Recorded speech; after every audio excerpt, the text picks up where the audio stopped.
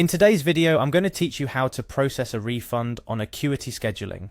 Let's dive right into the procedure, starting with the initial steps to get you logged in and navigating through to issuing the refund. This guide aims to clarify each part of the process, ensuring you can follow along easily, whether you're a seasoned Acuity user or diving in for the first time.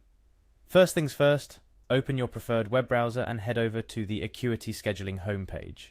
This platform is where the magic happens, from scheduling appointments to managing your clientele, and yes, handling transactions including refunds. Upon reaching the homepage, you'll notice the login button prominently displayed. Click on this to proceed to the next step. Once you've initiated the login process, you'll be prompted to enter your email address. Type in the email address linked to your Acuity account with care to avoid any typos or errors that could hinder your access. After inputting your email address, click on Next to move forward. Now, Acuity provides a streamlined login experience by integrating with Google. So, your next step will be to click on Continue with Google. This option is particularly useful for those who prefer a quick login process without remembering another password. Next, you'll need to select your Google account.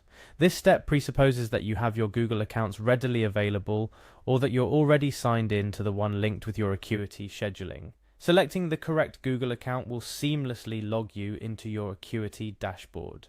Upon successful login, your next destination is the calendar. You can either navigate there using the menu options or, for ease, follow a direct link to the calendar. Look for something like Go to Calendar within your dashboard or under Appointment Settings. Now, within the calendar, it's time to locate the specific appointment you're issuing a refund for. This involves a bit of scrolling or navigating through days if your schedule is tightly packed. Once you find the relevant appointment, click on it to open the appointment details. In the appointment details, you'll find various options, but what we're interested in is the change link located under the paid section. This link is your gateway to modifying the payment details, including processing refunds. After clicking on change, you'll encounter a field where you can enter the amount you wish to refund. This step requires precision. Ensure you type in the exact amount you intend to refund to your client. It's crucial to double check this figure to prevent any errors in the refund process. Lastly, after you've entered the refund amount, the final step is to save the changes by clicking on Update. This action finalizes the refund process and updates the appointment details to reflect the refunded amount, and there you have it. You've successfully navigated through Acuity scheduling to process a refund. A few quick tips to remember. Always verify the refund amount before updating, as this action cannot be undone through this interface.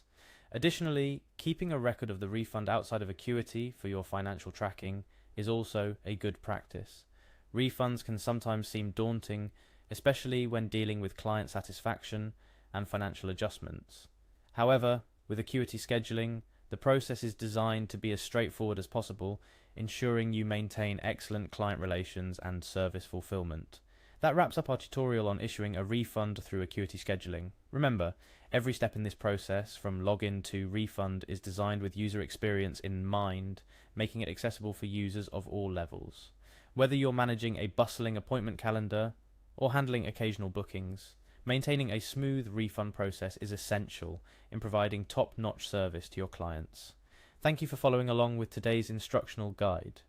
Stay tuned for more helpful tips and tricks to streamline your scheduling and business management with Acuity scheduling.